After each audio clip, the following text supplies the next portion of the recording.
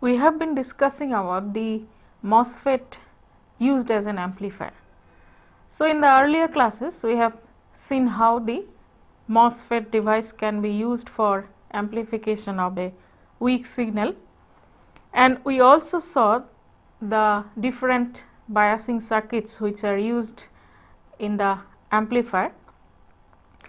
Today we will be discussing about the MOSFET amplifier by using the small signal model for the MOSFET device.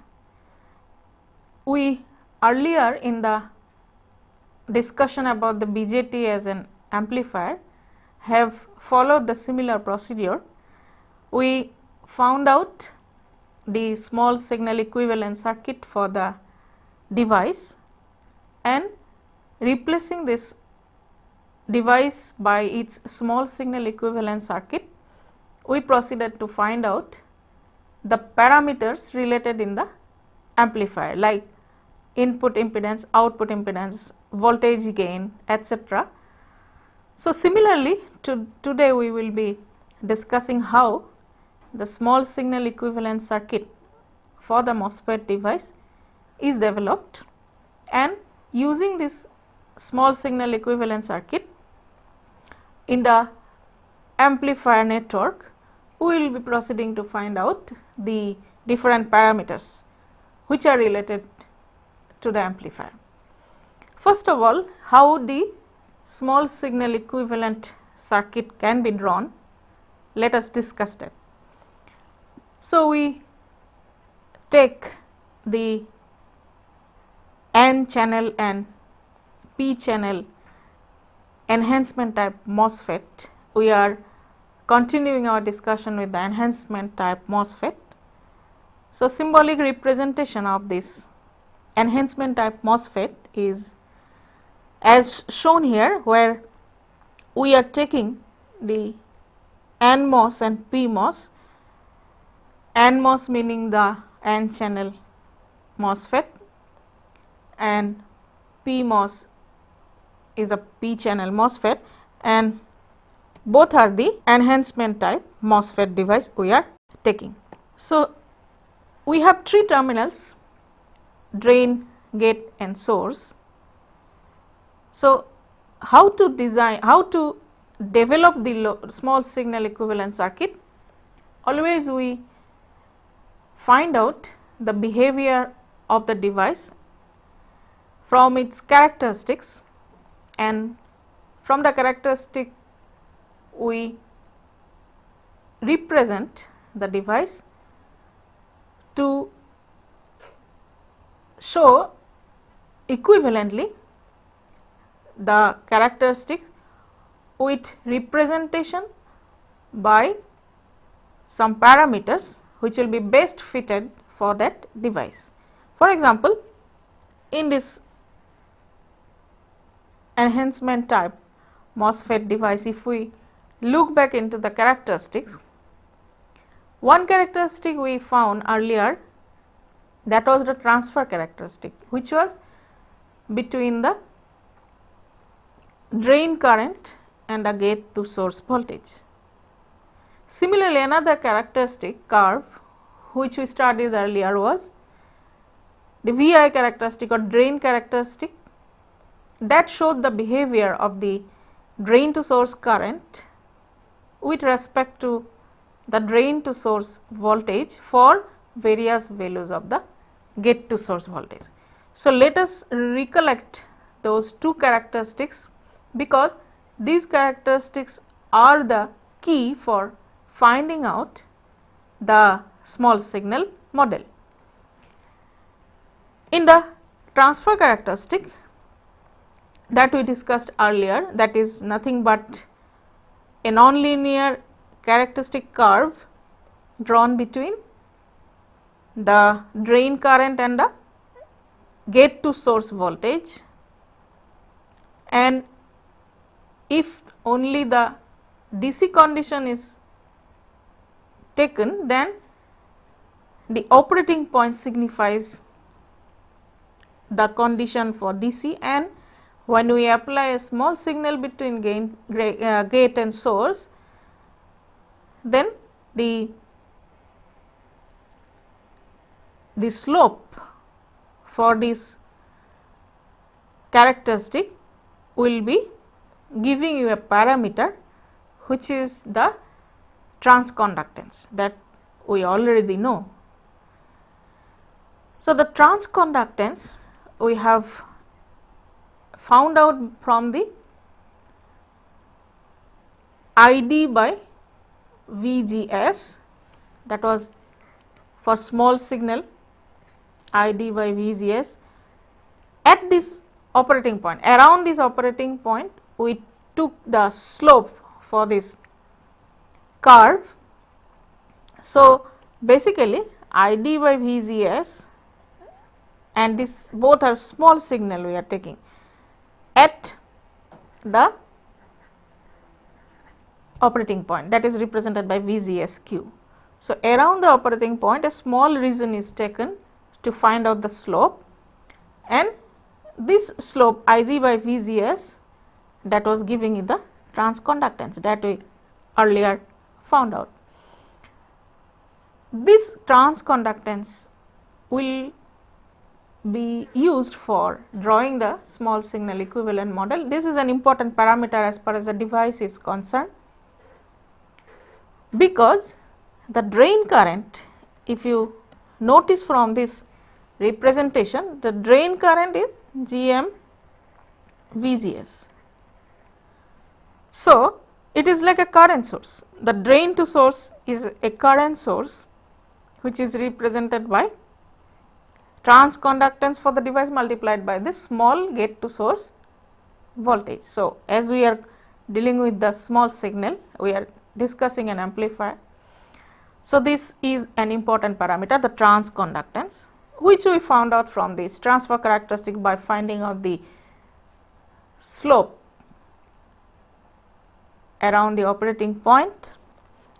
Another characteristic which will be used for finding out the small signal model is the drain characteristic, the characteristic or the relation of the drain current versus the drain to source voltage for various values of the gate to source voltage. So, we get a family of curves, and if we consider a particular gate to source voltage, that is the operating point, because we are operating the amplifier with a biasing circuit which will be setting the operating point or the quiescent point. So, that particular value of this VGS is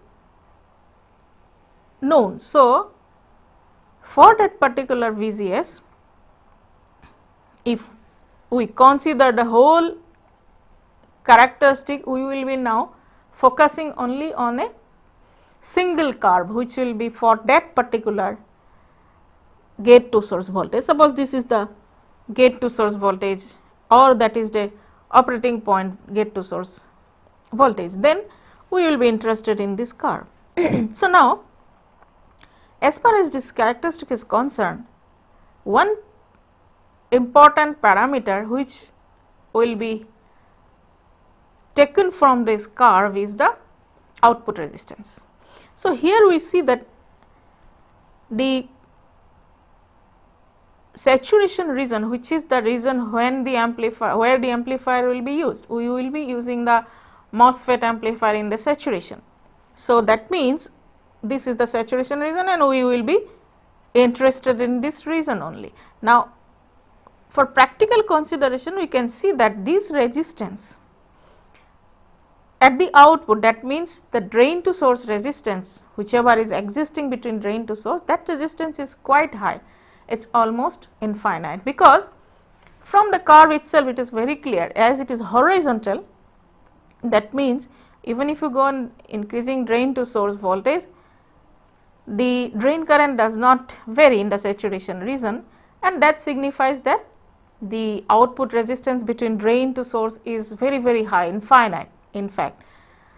But practically speaking, or in fact what happens is that there is a little slope to the right in the output characteristic for a particular curve. That happens because if we increase the drain to source voltage, go on increasing, then the channel length decreases. Although we have earlier discussed that the pinching off occurs when drain to source voltage is increased, then the saturation will be occurring because there will be very less number, even very small number of charge carriers present in the channel, and finally it will be reaching saturation, and beyond saturation, even if you increase this drain to source voltage, the current does not increase.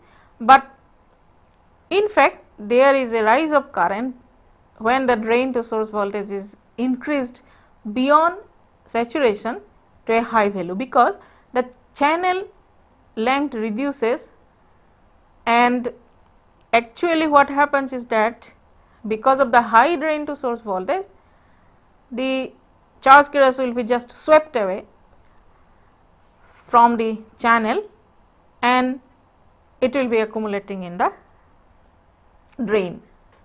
So, there is a rise in the current because the length is reduced, means it is current is inversely proportional to the channel length. So, basically what happens, it will be increasing. So, current increases when you go on increasing drain to source voltage, and that is why there is actually a rising slope to the right, although the curve is horizontal as it is shown, but practically there is a little slope to the right. So, as there is a little slope in the IV characteristic curve, that means that we have a finite output resistance between the drain and the source. It is in fact not infinite, it is having a finite value, although it may be very high in the order of megohm range say, but still it will be finite. So, that resistance, let us name it by RD, D means that subscript is used for drain resistance, drain to source part will be having a resistance which is dID by dV ds inverse. That means it is the derivative between the drain current and the drain to source voltage inverse with VGS constant at the operating point. That is for a particular VGS, suppose this VGS we are considering, for that gate to source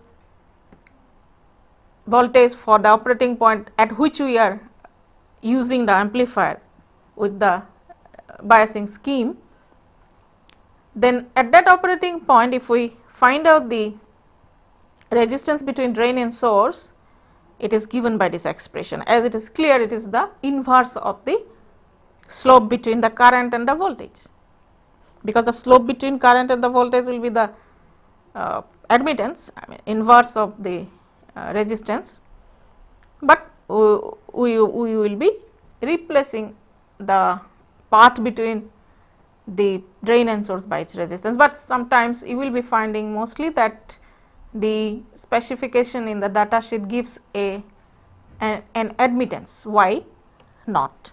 So, if Y naught is given, that is the admittance between drain and source, its inverse will be giving you the resistance between drain and source at that operating point.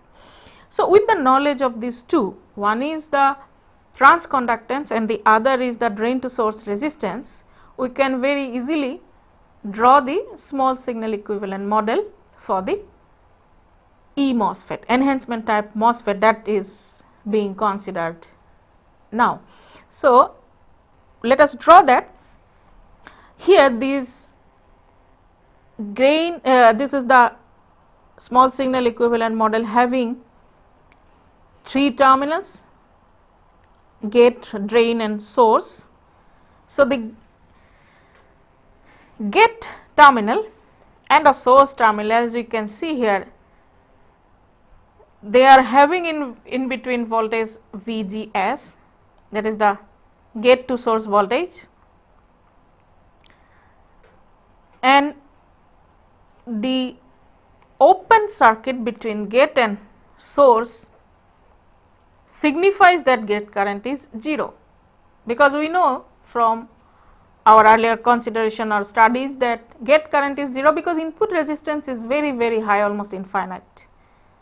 So, there is no flow of gate current. So, as gate current is 0, that means the input resistance between gate and source is so high, that is why it is represented by the open circuit between the gate and source. And the other side, between drain and source, if we consider, as we have just now discussed, the current source between drain and source, that is the drain current, which is represented by GM/VGS, it is a current source between drain and source, and apart from that there will be the output resistance between the drain and source, which is represented by small r small d. So, that can be found out from the specification of the data sheet. If we are given the admittance, we can take the reciprocal and find out the resistance.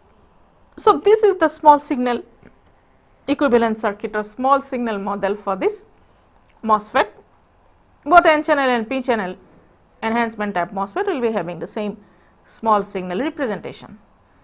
So, now in this circuit the important parameters which are to be noted are GM and RD. These are the inherent parameters of the device. Now, VGS is the small signal between gate to source. Basically, that is the input voltage, which is the AC voltage you will be going to apply, which needs to be amplified. So, now we are having a model which can be used for replacing the actual physical MOSFET device, and using this small signal and fitting it into the amplifier network, we will be going to finding out the different parameters. So, now we will be using this small signal model. This small signal model is for the device. So, that has to be kept in mind. Now, as earlier in BJT also we have been discussing in a similar way, we have a transistor. That transistor is equivalently modeled electrically by this small signal model. Now, depending upon what circuit you are going to use for the amplifier, the whole network will have its AC equivalent circuit, and in that AC equivalent circuit the device part is replaced by this model. So, now we are going to basically see what different configurations are there for the MOSFET amplifier. So, before going into that, let us now note one point, that the transconductance which we have found out from the transfer characteristic that we derived earlier, it has a value of 2K and VGS minus VT. Now, that we have found by using the transfer characteristic here by finding out the ratio between small ID and VGS. Now, there is another way to find out this transconductance, which is by definition the definition of transconductance, actually it is del ID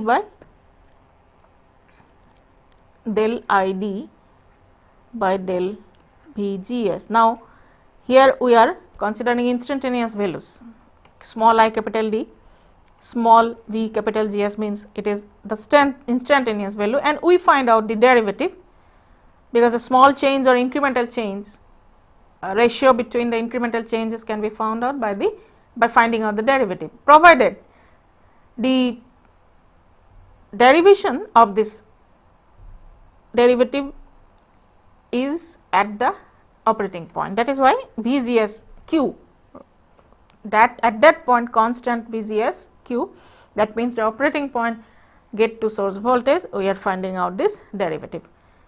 Now, we know the current expression. So, there you have to find out the derivative with respect to Gs. So, we have this expression ID, mind it, this is the instantaneous value of current, that is given by Kn is the device constant, which is the fabrication constant, into Vgs minus Vt whole square. Vt is the threshold voltage. So, in this expression we will be finding out the derivative of the ID with respect to Vgs. If I do that, then this derivative with respect to Vgs will be giving me twice Kn into Vgs minus Vt. So, both the ways we finally get the same value, that is the same expression we are getting by finding the transconductance in both the ways. One way is from the transfer characteristic, and here by the derivative we are finding out. And this expression can be further written in another way, because we know that Vgs minus Vt equal to, from this expression if we write, it will be under root Id by Kn. So, we can write it as 2 Kn under root Id by Kn, but this is at the VGSQ operating point. So, we have to replace this value of Vgs, that is why we are writing in this small Vgs, I am writing capital Vgs. So, at that value of voltage the current is nothing but the DC current, that is the operating point current value. So, that is we will be writing it at Q operating point. So, it can be written as root K n into capital I capital D Q. So, this is another expression to represent the transconductance. Once you know Kn, once you know the operating points DC current, DC drain current Id, then we can find out the transconductance. Now, as we have seen that the MOSFET device is having its small signal model representation, now there are different types of configurations of the MOSFET amplifier where we will be using this small signal model. Now, there are three types of configuration for the MOSFET amplifier. One is the common source MOSFET amplifier, second is the common drain configuration of MOSFET amplifier, and the third one is the common gate.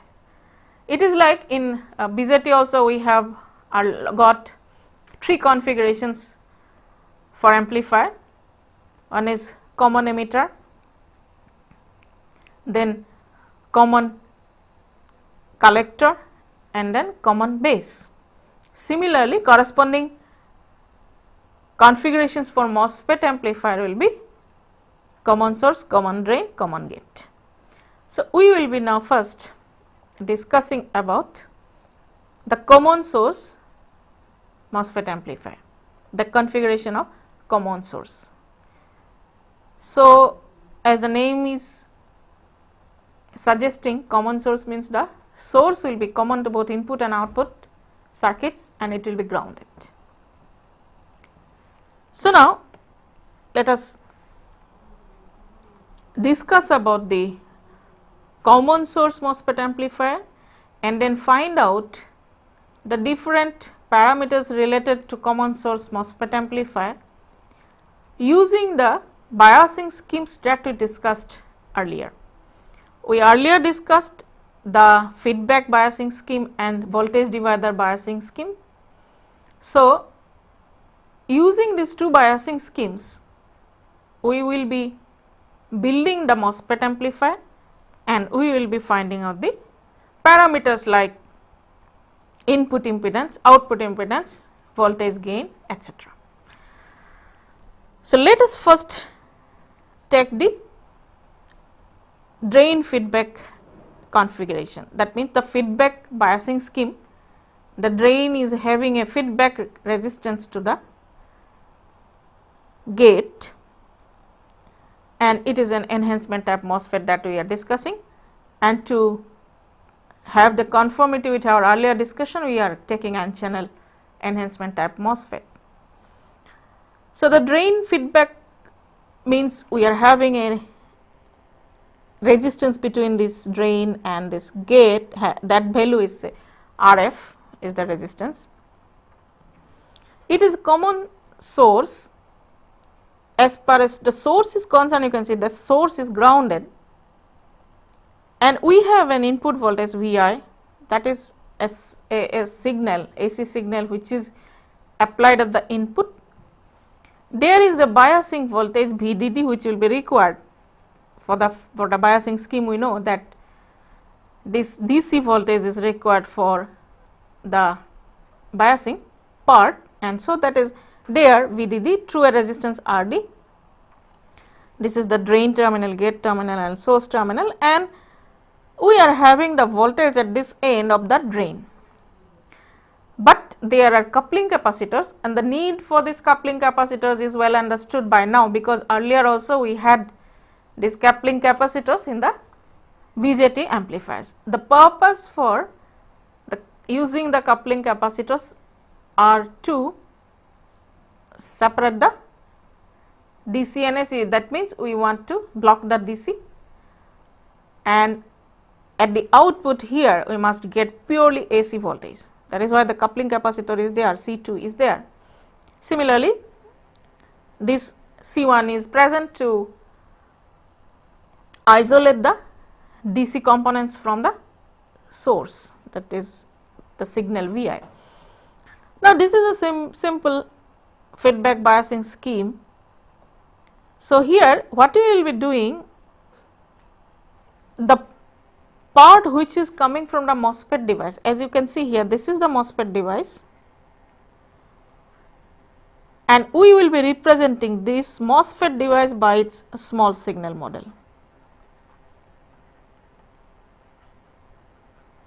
The small signal model which we just now arrived at will be used to represent this MOSFET device. The other part we will be further drawing the equivalent AC, because earlier also we have seen that when you analyze the AC circuit, we are concerned about the AC conditions. So, as the characteristics whatever we are using, these are basically assumed to be linear. So, the DC condition and AC conditions are separated out, they can be combined as far as linear analysis is concerned. Now, that way we will be doing, we will be first of all drawing the AC equivalent for this network. Now, you know that the drawing of AC equivalent requires that the DC biases should be grounded, made 0, and the capacitances generally have high values, so that we can very practically assume the capacitances to be short circuited under AC. So, as far as these two capacitances are concerned, at that frequency of operation where we are using that amplifier, the capacitances will be practically short circuiting. So, short circuiting means it will be straight a connection of a short circuiting wire, there is no resistance. So, doing that, whatever part can be bypassed by this short circuit part will be bypassed, and finally we will be drawing the equivalent network. So, that let us do here. So, this VDD will be made 0, these two capacitances will be short circuited, rest remaining same, and this device will be represented by its small signal model. So, now we arrive upon this AC equivalent network. What we are doing here, this is the small signal equivalent model. As we have seen, the gate and source were open circuited in the small signal model of the device, and we had the transconductance and this resistance. That means, we were having the small signal model was having GS, VGS was this voltage between these two, and we had this drain to source current GM VGS, and this was the RD. So, this was the small signal model, and now what we are having is that in between the gate and drain. So, this was the model. So, now this is drain, this is gate. So, in between gate and drain, here we see that there is this resistance RF. So, the drain and gate terminals here will be having this resistance as it is seen here. RF resistance is the feedback resistance between drain and gate, and also the drain is now having a resistance RD connected to ground, because if we look here, this will be now VDD will be short circuited. So, from the drain, basically if it is the drain terminal, then we will be having a resistance to ground. So, this from the drain to ground we have a resistance RD, because VDD is made 0. So, that is what is done here. From drain we have a resistance RD to ground, and this is the input voltage Vi, which is applied at the gate terminal. Here we are applying the Vi. This capacitance is short circuited, so it is directly having this Vi. Now, in this network we now find out the parameters like input impedance, output impedance, voltage gain, etc. Now, as per our knowledge, we know that input impedance is equal to input voltage by input current. So, Vi by II is Zi. When we look from the input terminals into the network, the resistance or impedance Zi is Vi by II, and output impedance is V0 by I0. I0 is actually this towards the device it is flowing. Now, what is Zi? Now, let us find out. The parameters which will be of our concern are Zi, Z0, AV. That means input impedance, output impedance, and voltage gain we will be finding out. So, as per definition we will be proceeding. Let us first find out what is the input impedance Zi. To find out input impedance, we will have to now look into the input circuit. That is, here if you give your attention to the drain terminal and apply the Kirchhoff's current law at the drain terminal, sum of the incoming current is equal to the sum of the outgoing currents. So, here at the drain, incoming current is the input current II, which is, we see here II is the input current is flowing through the resistance RF, also because there is no gate current or there is no other current at this terminal. So, this current is flowing through RF. This is incoming to the drain. So, II is equal to sum of the outgoing currents. If we look into the drain terminal and find out what are the outgoing currents, one is this current from drain to source given by GM VGS.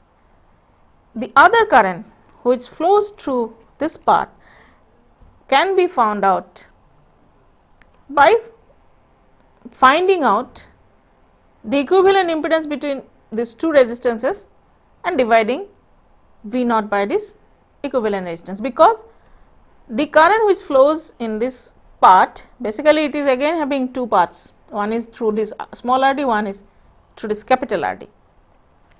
So, the current can be found out, this current is V naught, this voltage here is V naught divided by the equivalent of this two resistances small r d parallel capital R d. So, this is this part, this is this current, say I equal to this one. So, now we can write down the Kirchhoff's current law at the drain terminal, which is I equal to Gm Vgs plus V naught by small r d parallel capital R d. Now, Vgs is nothing but this gate to source voltage is input voltage Vi. So, replace this Vgs by Vi, we get this expression. Now, we write it in another way, I minus Gm Vi equal to V naught by R d parallel capital R d. So, what is V naught? Let us express V naught from this equation. V naught equal to cross multiplying R d parallel R d into I minus Gm Vi. So, this expression we get for output voltage. We will be utilizing this expression in order to find out the input impedance, because basically what we want to find out, input impedance is input voltage by input current. So, we need to find out this expression by rearranging. So, here it is not enough, we are only getting an expression for V naught, but we have to find out what is Vi by Ii. For that, again we look into the circuit, and what is this current Ii? It can be written as the potential difference between this gate and drain divided by this resistance, that is the potential difference or the voltage drop between these 2 points, the gate and the drain, is Vi minus V naught. Here this voltage is Vi and here the voltage is V naught, Vi minus V naught by Rf equal to Ii. So, let us write that Vi minus V naught by Rf equal to Ii, input current. Now, what we will do, we will be finding out Ii by replacing V naught, which we have already found. So, that way it is equal to Vi minus V naught, we represent from here, V naught equal to R d parallel capital R d into Ii minus Gm Vi. So, that what we are writing divided by Rf. Now, cross multiplying, we get Ii into Rf equal to Vi minus multiplication of these two terms. If I break it open, it will be minus R d parallel R d Ii minus plus R d parallel capital R d into Gm Vi. Now, we take the terms having Vi, we collect the terms, combine them. So, that will be Vi into, this is one term having Vi, this is another term having Vi, and the other terms have Ii. So, now our job is simple, because we need to find the ratio between Vi and Ii.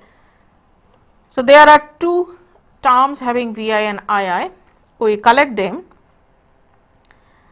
Vi into 1 plus Gm R d parallel R d, that is equal to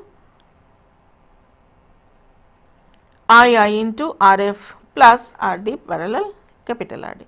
So, from this expression we need to find out now the ratio between Vi and Ii, which is the input impedance. So, input impedance Z equal to Vi by Ii, which is equal to this RF plus RD parallel capital RD by 1 plus GM RD parallel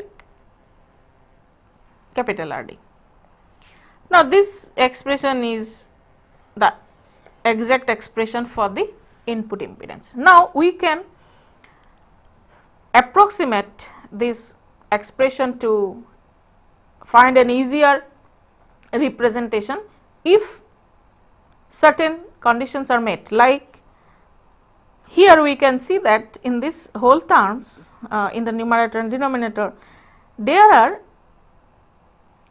RF, RD and capital RD, 3 resistances. Now, the values of those resistances are such that generally the feedback resistance is quite high in comparison with the other component, which is small rd capital RD parallel.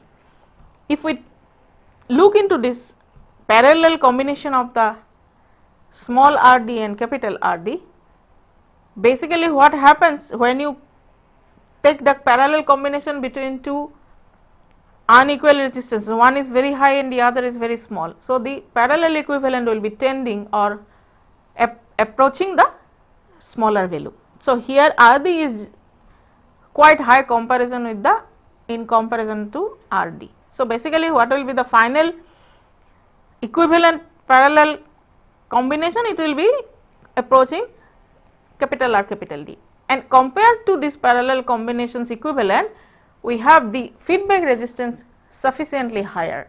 So, in the numerator this whole term can be approximated by only RF. RF plus this term is almost equal to RD parallel capital RD is almost equal to RF.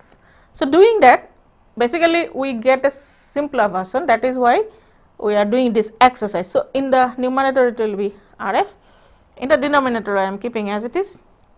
Again further approximation can be done utilizing the fact that the resistances RD small and capital RD are such that practically the small RD is quite high. Now, if a condition is met, this is a thumb rule actually. So, the thumb rule says that if small RD is greater than or equal to 10 times the capital RD, then we can further simplify this expression by writing down in the denominator only capital RD. Instead of small RD parallel capital RD, it will be boiling down to capital RD only, capital RD only, small rd parallel capital RD will be boiling down to capital RD only if this condition is met. So, now what will be the final expression? It is a simpler version of this whole original expression. It is capital RF by 1 plus GM into capital R capital D. So, this we get the input impedance. Now, let us find out what is the output impedance. The way to find out the output impedance, as we know, it is by making the input voltage 0 and looking from the output terminals what will be the output impedance, that can be found out by making input voltage 0. When you make input voltage Vi 0, what happens? If we redraw the circuit, we will be getting a circuit like this where input voltage is simply shorted, it is 0 means it is grounded. Now, immediately another thing happens when we have Vi is equal to 0, Vi is nothing but gate to source voltage. So, if Vi is equal to 0 means VGS also 0. So, that is why the current source becomes 0, because we see that the current source is dependent upon VGS, it is a dependent current source that is symbolized by this diamond. It is a dependent current source whose magnitude is dependent upon the voltage VGS. Now, if VGS is equal to 0, this is also 0. So, this part is like open circuited now. So, now it will be open circuit between the drain and source. We do not have the current source here now. The rest of the circuit remaining same, because we have this resistance RF, RD, capital RD, all are there. Now, if we look from this side, output side, what is the output impedance Z0? It is simply the parallel combination of these three resistances. It is very clear from this diagram, from the circuit diagram, that the output impedance, if we look from this output terminals, there are three resistances in parallel. So, the equivalent will be the three parallel resistances equivalent. So, we have Z0 equal to RF parallel R, small rd parallel capital RD. Now, again we can further approximate just following the earlier procedure. As RF is quite large, the parallel combination will be ultimately have small rd capital RD. So, that will be the output impedance as RF is quite large. Again, if the small rd is equal to or greater than 10 times capital RD, then we can write down this output impedance as simply capital RD, because the value of this small rd parallel capital RD will be approaching capital RD only when we have R small d is very high as compared to capital RD. We have two parallel resistances, the equivalent will be approaching to the smaller one, and this is the thumb rule which says that we can use this approximation if this condition of small rd being greater than equal to 10 times, at least 10 times capital RD is met.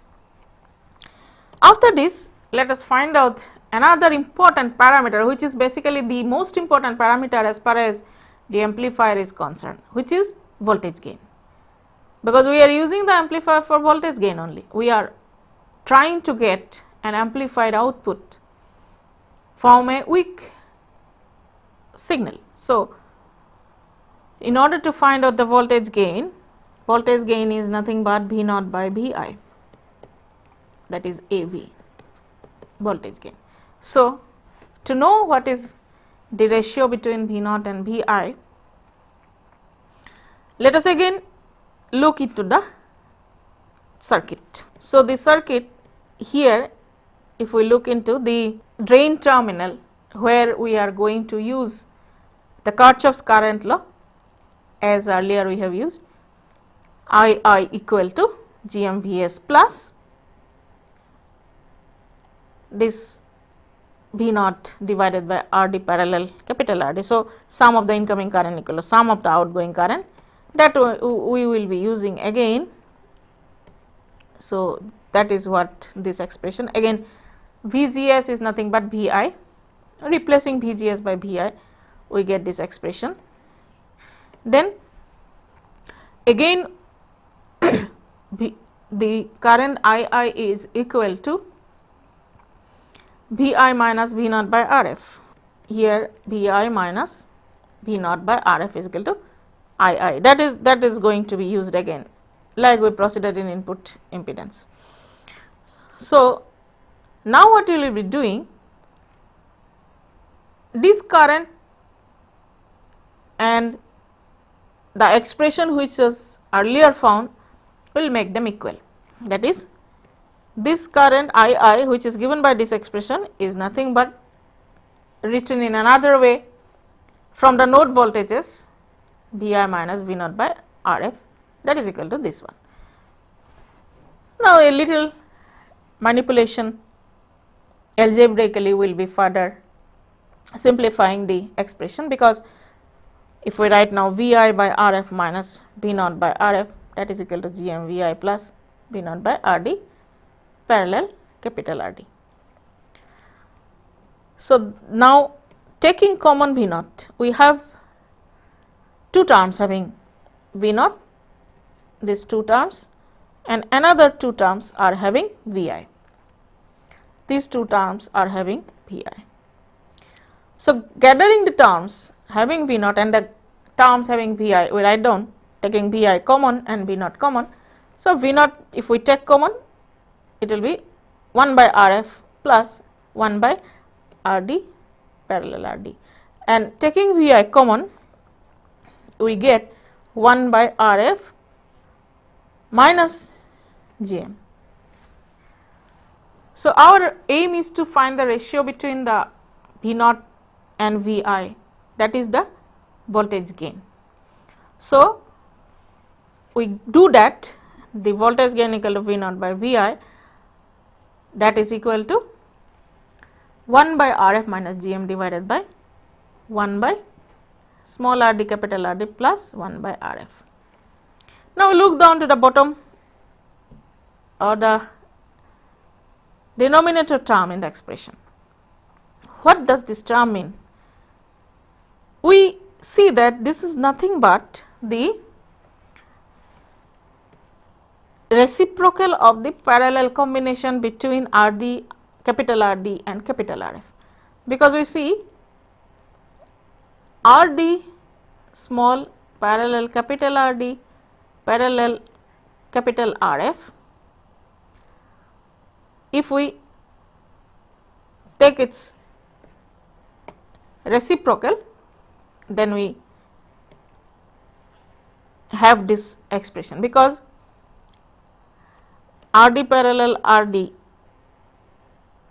into this, if I do the algebraic manipulation, algebraic simplification here, then we will be finally getting inverse of or reciprocal of this parallel. So, you can do this and verify, and the numerator term is 1 by Rf minus Gm. So, this is our expression. Now, we can simplify as practically what we see in the two terms of the numerator. One is the transconductance, other is reciprocal of feedback resistance. We know that the feedback resistance is having a very high value. So, its reciprocal will be a small value. Compared with this Gm, 1 by Rf is quite smaller. So, Gm is